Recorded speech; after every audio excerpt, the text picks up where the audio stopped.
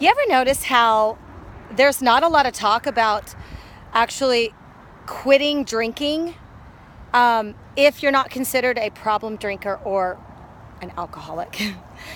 um, I didn't think there was that much out there. Now, correct me if I'm wrong, if there's a lot of people talking about completely quitting drinking when there's not a social issue. No one has considered you to be making trouble. If you are, in trouble or something, people will mention, maybe you could consider it. But there was so many years where I feel like I would ask around, like, because my soul would say, maybe you should quit. Even though I managed my drinking very well. I mean, I'm a yoga teacher, so I actually looked like I was doing better than I was, probably. But for 20 years, I mean, I never got in any trouble. I never really did anything that I have big regrets over, or, I could go down a list. But I'm telling you, that kept me drinking probably more years because I didn't think, well, I should or have to. But I really should and really needed to, for no other reason than because my heart, my body, my mind had urged me to do so. So there's not a lot of talk about quitting. In fact, when I asked people, like my drinking buddies or my friends or my even yoga friends or my family, should I quit drinking? They would say, oh, Nicole, no, you're fine. Just drink less. I have to tell you, drinking less is far more difficult than not drinking at all. Having to moderate and having to have nights where you don't when you want to is so much more difficult for me. This is all just my opinion.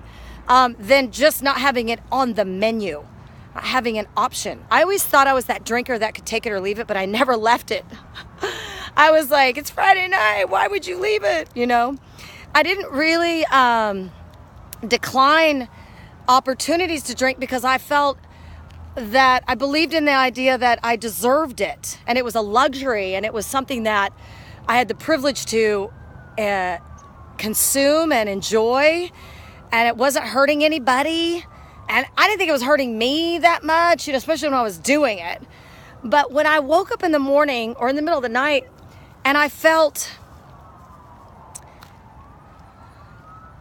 God, I could use words like hungover, but it's all relative. Or I felt like heavy or depressed or dark or sad, or it's all relative. I mean, so is the moderation. There was a lot of time where I thought, I don't need to quit drinking because I drink a lot less than other people. I was always comparing myself, and that comparing kept me in my own prison longer than I needed to be. I'm out with my animals on a walk. I live the dream. I live the dream that I always dreamed of. For 20 years I drank, and I felt low-level depression. My mom's depressed, so I thought maybe it was genetic. I wasn't able to really live I had bigger plans for myself than I was actually fulfilling. So I thought, well, maybe my depression comes from unfulfilled purpose and desire. And, somewhere I went left and I should have gone right. I don't know. I always blamed all these other things. And I always tried to justify that my life was wonderful. It did look, for all practical purposes, like a perfect life. I was, a yoga instructor. I had a studio. I was married, and nice people all around me. Plenty of beautiful things. And I had a great body and health and everything you could ever want. Why would I be depressed? So I would just think my way out of it. I was like, I shouldn't be. I poured my champagne. I got it all. but I always felt this urge that something's not right, and my way of rewarding myself and the way of justifying this particular belief system that alcohol was really okay for me. It seems to be okay for everybody. It seems to be something that we should all do because it's legal, it's, it's pretty, it's fun, it's simple, it's easy to get, everybody's doing it. Why am I being a fun hater by thinking about quitting? So I always talk myself out of it. And for 20 years I drank, and literally I have to say now, for 20 years I had, I wish I was, only in the morning. I mean, I didn't say this at Friday night, I wish I didn't drink. I was like, I wish I didn't feel this way. This can't be right. I don't want to feel, okay, let me just tell you right now. I feel, it's Monday at 3 o'clock maybe. I feel better than I ever drank to feel. I feel right now on Monday at 3 o'clock walking my dogs better, elated, when I always just wanted to feel good. Like, that was why I drank. That's why I did it. That's why anybody does anything. I just want to feel good. I did drink for 2 reasons. One was I wanted something to improve. My head, even if I was at a party or having a dinner party with my best friends, I think this is fun, but it could be better if I had a glass of wine in my hand. I always thought it could just be better if. It was always going to improve the situation. That was not the case, but I thought that. I believed it. And I also thought it would take away something that I was feeling or thinking, something that I didn't want. So I was like, it did 2 things. It removed something, and it gave me something. And now, as I stand here today, I'm 47. I've been sober 1.5 years. The thing that I wanted it to remove no longer is there.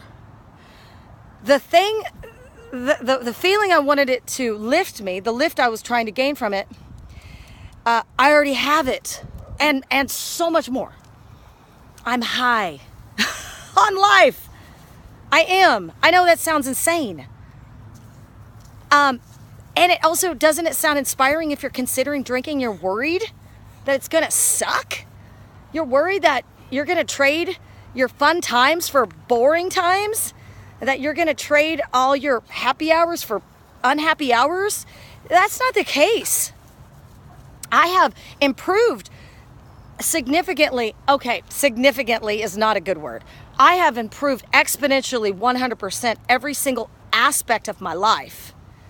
My whole heart, soul, my view, my perspective, my mission, my sleep, my diet, my relationships, my work, my workouts, my downtime, my uptime. It's all better. I never would have known that. I thought that I would trade evenings for mornings. Like, my evenings would have to be forfeited. I wouldn't have fun on my evenings anymore because I was basically trading them in for a good morning. I have both now. There was no consequences.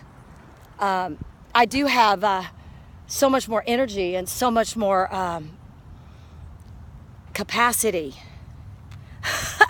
to enjoy everything, everything this life has to offer. It was 100% a good idea. So if you're considering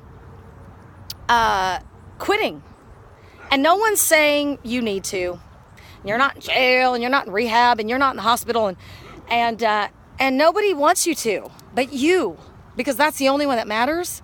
And I don't matter. I'm not telling you to quit drinking. If you are still listening, then maybe there's something there. I highly recommend it. Okay? Highly recommend it. I couldn't have done it alone. I have friends that I commune with. I have my tribe. I created literally a posse of people who don't drink, and we do this together. And it's fun. We do all kinds of cool stuff. And I also I read books. I teach Raven yoga for sobriety. I teach yoga for recovery. And I talk to people about it. I'm doing things like this. There's a lot of great help out there. Go to AA, man. AA is amazing. That really pulled me right out of the dark, the claws, if you will. I crawled in there the first several meetings, and I'm telling you, I flew out. So I just wish the best for everyone.